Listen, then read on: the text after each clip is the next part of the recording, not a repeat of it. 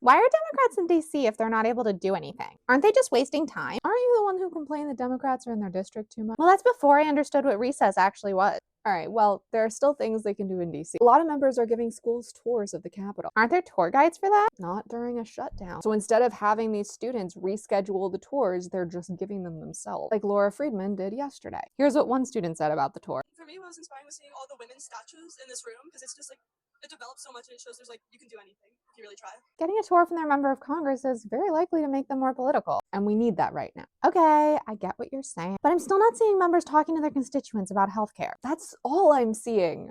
What does your feed look like? It doesn't matter. Well, this is Marilyn Strickland and one of her constituents talking about the emergency room. In my previous life, I worked with hard to place individuals that were dependent on Medicaid. They needed medical care, and so guess where they went? To the emergency. That's right. And that's still what's happening. That's one of the things that I find so frustrating about this whole thing is nobody seems to understand that it's more expensive to go to the emergency room than it is to go to your doctor. But they're still going to go to emergency even without healthcare. Right, and it's going to be an astronomical expense as a result. And wouldn't that make it last resort when it doesn't have to be? Yeah, they could have gotten help before it was really bad, but not anymore. And because of that video, we're now having this conversation. Okay, fine, they are talking to constituents, but they're not talking about the number, like the specific statistics in their district. That would have a real impact. Are you sure about that? Because Julie Johnson did. If you are, let's say you're in your 50s or so, you have a household income of $85,000 a year.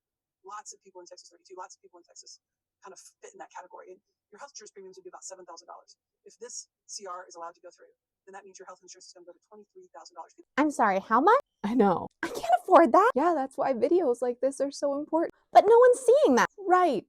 You're making my point for me. Oh, I guess I am. Okay, but none of these are wins. We don't know if any of these will actually make a difference. Ron Wyden has an Epstein-related win. No way! Jeffrey Epstein's victims are now suing the Bank of America, and they're using the information from my investigation, which focused on following the money. Okay, that's very cool. Yeah, it turns out investigations actually do lead to action. And you know how most investigations start? A letter. Don't sound so disappointed. And that's today's Do Morella Gets School. If you made it to the end of this post, comment with 7 words to help the algorithm. And an ambulance, because we want people to have to use the emergency room less, not more. If you watched or read any of these stories, comment with what you learned. And the American flag, because the fact that this lawsuit against Bank of America is happening because of Ron Wyden's investigation is very cool. Our voices are superpower, but only when we use them.